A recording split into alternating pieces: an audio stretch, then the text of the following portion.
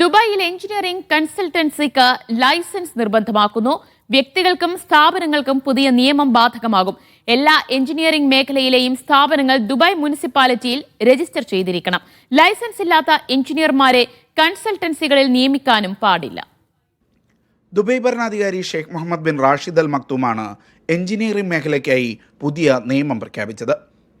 Architectural, civil, electrical, electronic, mechanical, mining, petroleum, chemical തുടങ്ങി എല്ലാ engineering മേഖലയ്ക്കും പുതിയ നിയമം ബാധകമാണ്. ട്രേഡ് ലൈസൻസും ദുബായ് മുനിസിപ്പാലിറ്റിയുടെ രജിസ്ട്രേഷനും ഇല്ലാതെ വ്യക്തികളോ ഓഫീസുകളോ എഞ്ചിനീയറിംഗ് കൺസൾട്ടൻസി സേവനം നൽകുന്നത് നിയമവിരുദ്ധമായിരിക്കും. കൺസൾട്ടൻസി ഓഫീസുകൾ അവരുടെ ലൈസൻസ് പരിധിക്കപ്പുറം പ്രവർത്തിക്കാനും പാടില്ല.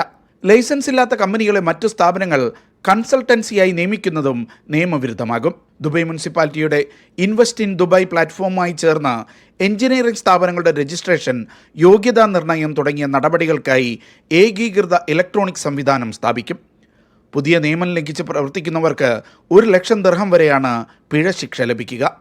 Media 1 Dubai.